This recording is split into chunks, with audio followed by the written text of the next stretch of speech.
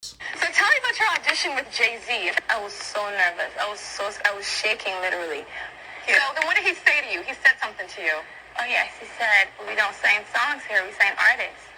And there was this little pause, and I was nervous. But then he said, and we're interested. But then he said something about a window and a door or something. Oh, he said, there are two ways to leave here, either through the door with the deal sign or through this window, and we're on the 29th floor.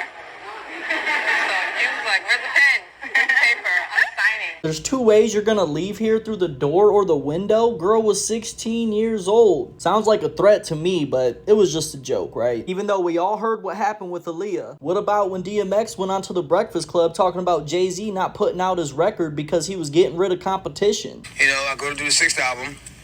And, you know, Jay-Z became president. Yeah. You know, when he first got the job, he hit me with the call like, yo, dog, inmates is running the building like, yo, you good. Finish the album, shoot the video.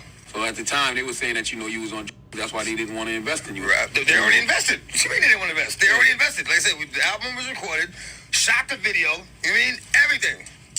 That was just some bullshit. You know what that was. Do you ever feel Let's get rid of the competition. So Jay-Z becomes the president of Def Jam, tells DMX to make an album, and then withholds the album because they don't want to invest in him? It's funny because even 50 Cent speaks on Jay-Z, and now his success is tied to Beyonce. Look at even Jay-Z's career. You can look at that and say the association to Beyonce is when he started to receive the 16, 17 Grammys since he's been with Beyonce. Prior to that, the kids even have Grammys. Dominated Europe. First of all, obviously, under the Caesars of Rome. And when the Caesars of Rome fell at about the 5th century, a new power rose in Rome called the Vatican. Well, the Vatican simply took over the position of Caesar of Rome. And so today, the papacy or the Pope is still basically Caesar in Rome. And this is why all of the nations of Europe all come to bow down to the Pope in Rome, because he is, in point of fact, Caesar. His official title is Pontifex Maximus. That was a term that was given to Caesar of Rome. So the point I'm making here is that for 3,200 years, Rome has dominated Europe. And for 3,200 years, Europe has dominated the world. Therefore, there is the old saying that all roads lead to Rome. They can't allow alternative views to become public, become disseminated. What kind of things exactly are you talking about? In terms of documentation, they've got 52 miles of shelving of books and manuscripts alone. That's failing us. It's not the Constitution or the Bill of Rights that's a bad instrument. It is a group of men who belong to secret societies, who have infiltrated our society and our government at all levels, and are destroying it and subverting it from within. And every member of naval intelligence that I knew who was an officer was a 32nd or a 33rd degree Freemason. And I asked my commanding officer at one point, I said, why are all you guys Masons? He said, Masons are used to keeping secrets. It's part of their fraternity. So if you want someone who already knows how to keep a secret, you recruit Freemasons. Well, later on, I found out what the truth is. The truth is you're not going to be a naval intelligence officer unless you are a Freemason or a member of the Ancient Order of the Rose and Cross, but you have to be high degrees for that.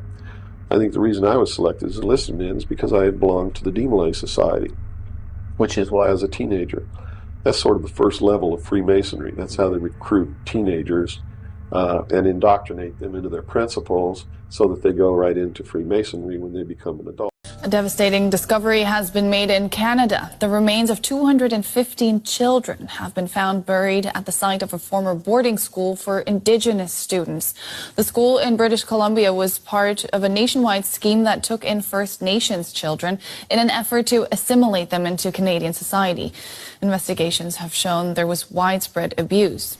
In mid-October of 1964, kissing cousins Elizabeth and Philip paid a royal visit to a Catholic residential school for Aboriginal children in Kamloops, British Columbia, Canada.